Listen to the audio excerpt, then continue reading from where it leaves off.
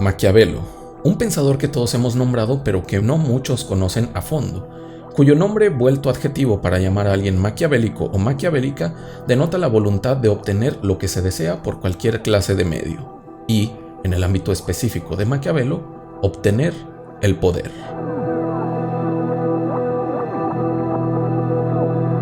Tras haber repasado su biografía en un episodio de podcast que te dejo aquí por si no lo has escuchado, biografía que es inseparable de su vida, hoy comenzaremos con la primera parte de El Príncipe, la obra más conocida de Maquiavelo, dedicada a Lorenzo de Medici, quien encabezaba, en tiempos en que Maquiavelo escribe esta obra, el gobierno de Florencia. Pasemos pues a El Príncipe de Maquiavelo.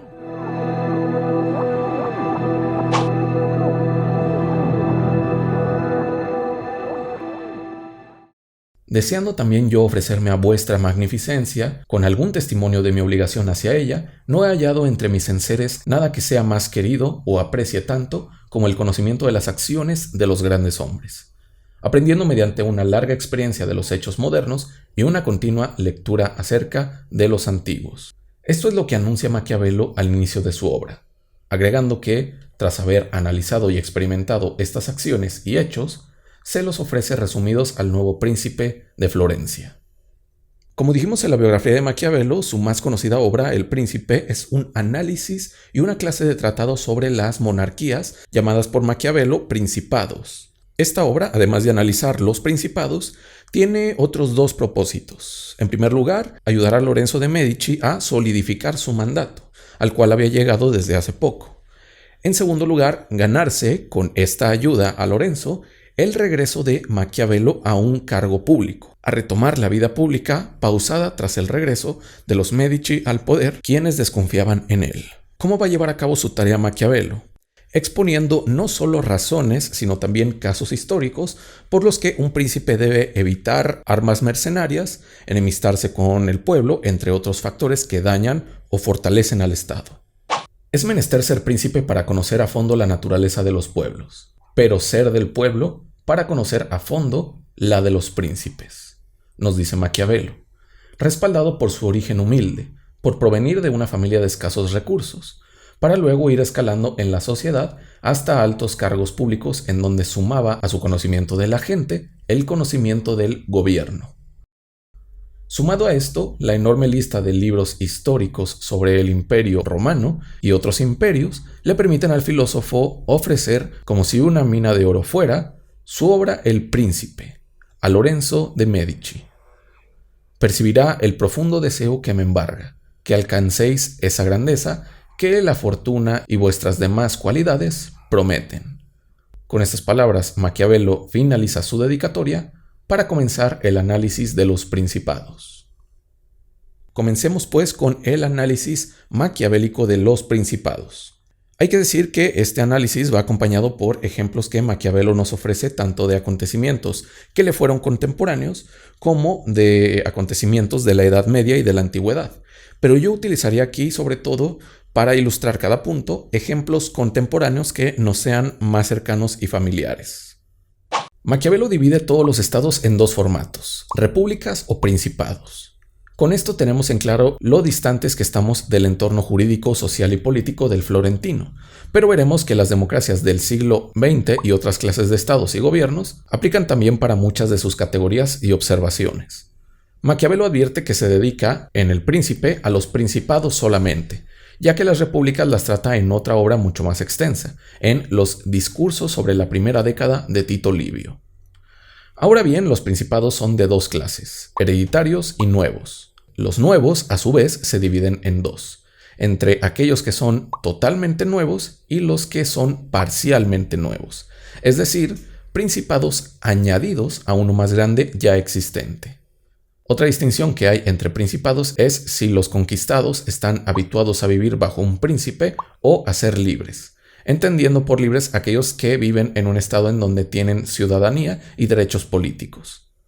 Por último, Maquiavelo divide a los principados entre aquellos que son conquistados por medio de armas propias, los que son conquistados por armas ajenas, por medios de crímenes y por medio de virtud mediante un civil, apoyado el nuevo rey por el pueblo o por notables. Veamos qué entiende Maquiavelo por cada una de estas categorías. Observa Nicolás que mantener los principados hereditarios es mucho menos difícil que los nuevos, ya que basta con no abolir el orden pasado y saber adaptarse a las circunstancias. Un príncipe que haya heredado un estado no tendrá problema alguno en conservarlo si las bases del mismo fueron bien construidas, y se limita a mantenerlas como están, evitando cualquier política innovadora. También, si el estado fue bien administrado en el pasado y al nuevo príncipe le es arrebatado el poder por alguien ajeno, la población añorará el viejo régimen, por lo que le será más fácil recuperar su puesto y su poder con ayuda de la gente. Hoy podemos observar en las democracias cómo, de manera legítima, muchas veces partidos tanto de izquierda como de derecha son quitados del poder, pero cuando un gobierno deficiente llega a sustituirlos, en siguientes elecciones el antiguo partido vuelve al poder al añorar la población los días de estabilidad o, al menos, los días en que no se sufría tanto. Basta entonces para un poderoso que hereda el poder seguir manteniendo las bases y las columnas de este mismo poder, asegurando que, en caso de serle arrebatado, podrá recuperarlo con facilidad. Pero bien, hablemos ahora de los principados nuevos, que, para Maquiavelo, presentan muchas más dificultades para mantenerse en pie. Como vimos en el punto anterior, al pueblo suele gustarle conservar el status quo, no tener cambios, o, en caso de sí querer cambios, prefieren que sean pequeños y progresivos, nunca extremos o radicales. Entre más radicales sean los cambios que un nuevo poderoso quiera imponer, más difícilmente podrá mantener su poder. La cuestión es que cuando alguien como los Medici, entre ellos el que tenía el poder en tiempos de Maquiavelo, Lorenzo de Medici, llega al poder, impone ya un cambio difícil de asimilar para la población y para los que conformaban el gobierno anterior. Por ello, tras llegar al poder, el nuevo príncipe debe observar primero los daños que ha cometido con su adquisición para tratar de darle solución. Podríamos pensar que si ha provocado muertes, debe tratar de indemnizar a los familiares de los caídos. Si ha destruido bienes públicos o privados, repararlos, de forma en que vaya ganándose la legitimidad en el nuevo territorio conquistado. De forma más general, el nuevo príncipe debe hacer distintas acciones para mantener su poder, dependiendo de las circunstancias. Maquiavelo toca primero las circunstancias de los estados conquistados que se añaden a uno existente. Es decir, el príncipe llega, sí, a gobernar un nuevo territorio, pero se añade este territorio al que ya poseía. Este nuevo territorio puede ser del mismo ámbito geográfico y tener la misma lengua, pero también puede que no. En el primer caso es muy fácil conservarlo, más si los conquistados vivían antes en una monarquía, bastando solo con acabar con la estirpe del príncipe que dominaba antes el territorio. Es decir, bastará con aniquilar al linaje que antes tenía el poder para evitar que puedan convocar a una rebelión contra el nuevo gobierno. Un ejemplo de un gobierno derrocado cuyo linaje fue aniquilado para evitar riesgos fue el de la familia Romanov en Rusia, a quien se le arrebató el poder para luego ser ejecutada en conjunto. Sé que este acto fue realizado por una revolución social más que por una conquista por parte de otra potencia, pero observamos que la regla de Maquiavelo se nota en distintas clases de ejemplo. Tanto en una revolución como en una conquista, terminar con los gobernantes anteriores es una tarea que muchos ven necesaria. Ahora bien, cuando el nuevo principado es un territorio ajeno geográfica o cultural y lingüísticamente, es algo más difícil. El primer consejo que da Maquiavelo para mantener el nuevo territorio es que el nuevo príncipe debe cambiar su residencia al lugar conquistado. Así verá más fácil dónde nacen los desórdenes y los problemas para darles rápidamente solución, cosa que se dificulta cuando el gobernante está muy lejos. Junto a ello, los súbditos se sienten mejor si tienen una más inmediata y cercana respuesta del príncipe. Para ejemplificarlo, aquí sí nos remontaremos a la antigüedad, ya que Alejandro Magno dio muestra de lo útil que es tener en cuenta a los residentes de un lugar conquistado. Tras haber expandido su imperio, Alejandro conquistó Persia y después se mudó a Babilonia para ser la capital de su imperio. Se casó con una mujer persa y conoció las costumbres asiáticas para ganarse así el afecto de sus nuevos gobernados, lo que le facilitaba manejarlos de buena manera. Ahora bien, en caso de que no pueda cambiarse de residencia, el príncipe tiene dos opciones más: establecer colonias u ocupar el territorio militarmente. Las colonias, nos dice Maquiavelo, son una opción barata, ya que las únicas personas injuriadas serán aquellas a las que se les arrebate el patrimonio para otorgárselo a los colonos, temiendo los demás que les pase lo mismo. El envío de colonias ha sido utilizado como herramienta política infinidad de veces, siendo una de ellas la ocupación que Francia realizó durante el siglo XIX en varios países de África. Argelia, por ejemplo, fue invadido por colonos franceses que no solo estaban respaldados económicamente por su nación, sino protegidos por leyes racistas impuestas hacia los indígenas para favorecer el dominio de los colonos. Por otro lado, la ocupación militar, a pesar de lograr su cometido, al final supone más pérdidas que ganancias, ya que los ingresos del Estado ocupado se gastarán en la milicia misma. Una enorme y clara muestra es el fracaso de la ocupación estadounidense de Vietnam del Sur. Los norteamericanos buscaron mantener el control de esta región en su famosa guerra contra el comunismo, pero las tropas estadounidenses no solo representaban un enorme gasto, sino que fueron superadas por el pueblo vietnamita, siendo expulsadas las tropas invasoras en 1975, quedando Vietnam unificada bajo un régimen de carácter comunista. Ojo que con esto no estoy alabando a la URSS ni su influencia o invasión en varias naciones, menos cuando tenemos todavía hoy en día casos tragicómicos como el de Corea del Norte. Solo resalto que Estados Unidos, el país más avanzado en armamento y tácticas bélicas, se vio superado por el pueblo vietnamita y su resistencia, mostrando que la ocupación militar, nos diría Maquiavelo, es muy poco viable y nada conveniente. Pues bien, tras hablar en favor del cambio de residencia del nuevo príncipe hacia el lugar conquistado y tratar el tema de las colonias, Maquiavelo toca la forma de hacerse con esta clase de principados, el método y camino hacia la conquista de un nuevo gobierno en territorio conquistado. Él nos advierte que lo más útil para sostener un nuevo gobierno es hacer poderosos a aquellos que en el gobierno anterior no lo eran y que envidiaban a los que sí, para que, al tomar el poder, el nuevo príncipe tenga delatores de expoderosos y pueda aniquilarlos. Ejemplo de esto, regresando a la Revolución Rusa, es la liberación de presos políticos por parte de los bolcheviques comandados por Lenin. Estos presos políticos, encerrados en el gobierno zarista recién derrocado, fueron llevados a combatir a los movimientos blancos antibolchevique, también a movimientos conformados tanto por gente perteneciente a la antigua realeza, hasta socialistas pero no radicales. Y quiero decirte que si has llegado a este punto del video es porque te gusta la filosofía. Para seguir aprendiendo, suscríbete a Filosofía desde Cero, en donde encontrarás muchos videos como este. Recuerda también que darle me gusta y comentar el video hace que YouTube promocione mi contenido. Ahora sí, seguimos. Ahora bien, en esta toma de poder, los principados nuevos deben estar liderados por alguien virtuoso. Esta virtud depende muchas veces de las circunstancias. Por ejemplo, nos dice Maquiavelo, para que Moisés se volviera líder de los hebreos se necesitaron las circunstancias de su opresión por los egipcios. Como recordaremos, en el Antiguo Testamento, el pueblo hebreo es en primera instancia aceptado en territorio egipcio por el favor que José, hijo de Jacob, le hizo a Faraón leyéndole el futuro y advirtiéndole de una larga sequía. Sin embargo, tiempo después, el pueblo hebreo fue esclavizado por el egipcio y Moisés pudo liderar la rebelión de los israelitas para salir de su opresión. Moisés, desde una lectura bíblica, era virtuoso, pero las circunstancias favorecieron también que su virtud fuera tan reconocida. Circunstancias en que los hebreos sufrían largas jornadas de trabajo, sed y hambre. Ahora bien, nos dice Maquiavelo, todo profeta, como Moisés, requiere también de la fuerza, de manera en que, cuando su pueblo deje de creer, se le obligue a creer. Sin armas, un príncipe o un profeta se hunden. Por ello, la persuasión de un líder gracias a su virtud es la herramienta más eficiente para hacer creer al pueblo en él. Pero en los días difíciles, el príncipe debe tener un ejército que obligue a sus subordinados a no dudar de su legitimidad.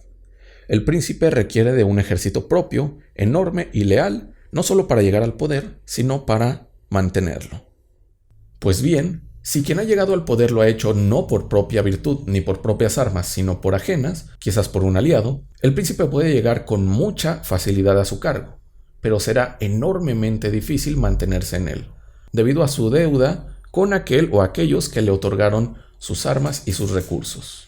Todos los príncipes de este tipo dependen de la voluntad y la fortuna de otros, de aquellos que le brindaron la fuerza y las armas para llegar a donde están. Un ejemplo de invasión y fracaso de este tipo, para variar, nos viene de Estados Unidos y del líder por ellos impuesto en Irán hacia 1953.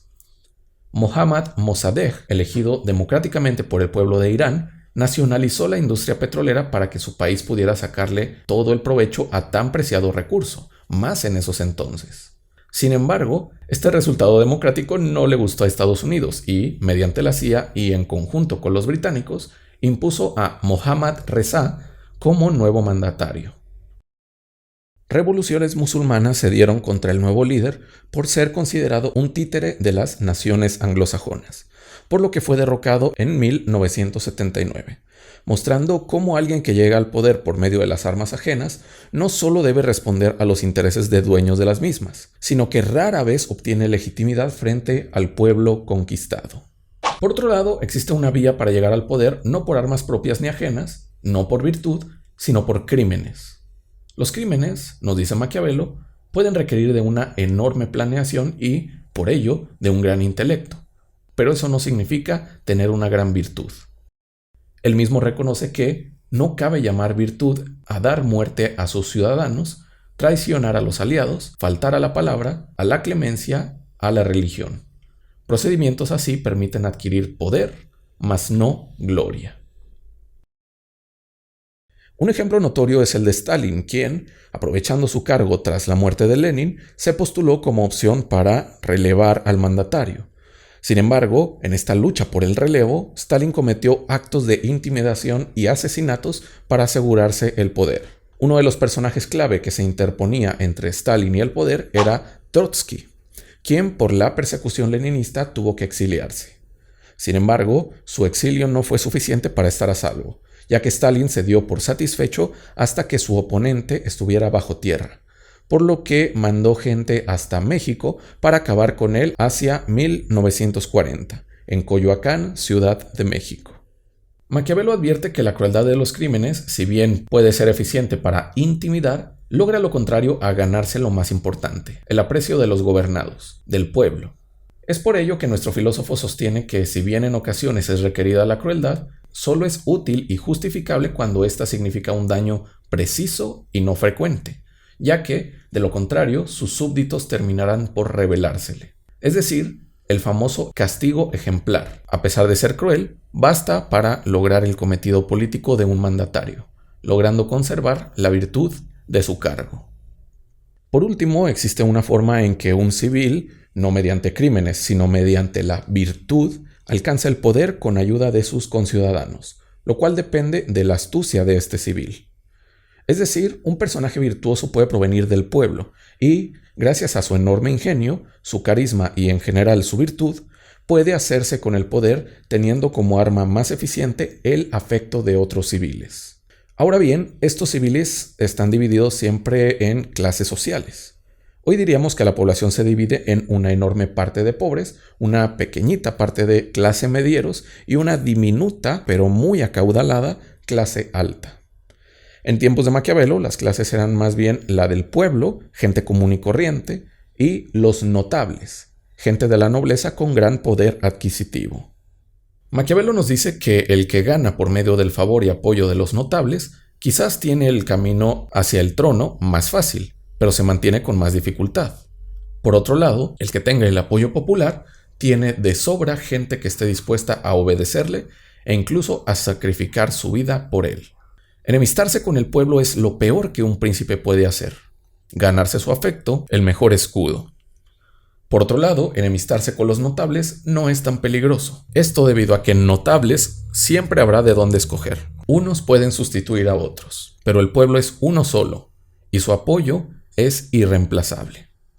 Evo Morales, a pesar de muchas críticas que incluso yo le tengo, logró el apoyo popular innegable que no solo lo llevó al poder, sino que lo mantuvo por más de un mandato. Este apoyo se debió al enorme racismo y a la exclusión indígena que buscaba combatir, logrando llegar a la presidencia de Bolivia en 2006, a pesar de su enemistad con élites empresariales muy poderosas.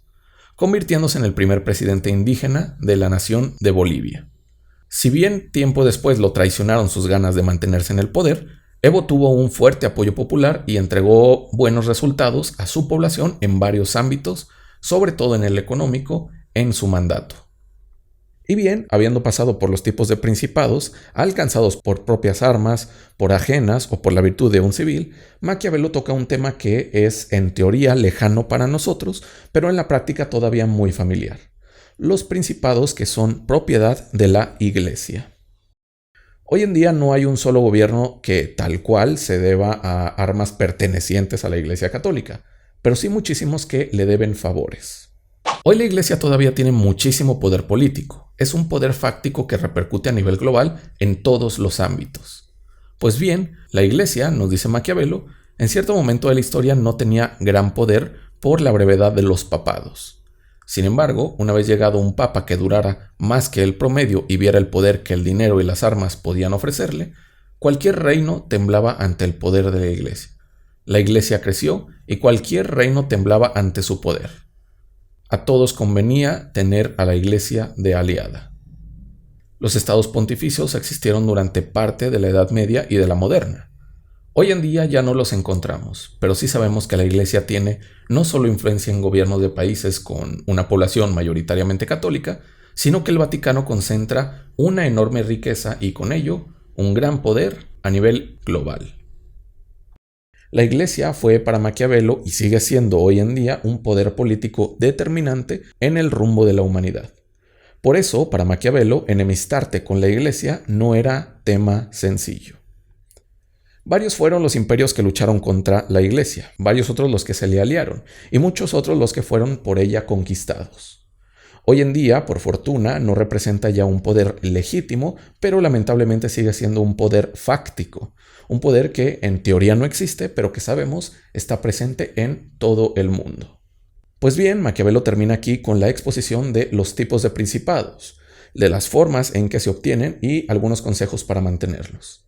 En el siguiente video de esta obra hablaremos ya tanto de los tipos de ejércitos que un príncipe puede y debe tener a su disposición, como acciones que hacen que el mismo príncipe gane popularidad o temor frente a sus ciudadanos, ahondando más en cómo puede mantener el príncipe su poder. Espero que el video haya sido claro y que los ejemplos que utilicé lograran ser ilustrativos. Por ahora me despido y yo te veo en el siguiente video de Filosofía desde cero.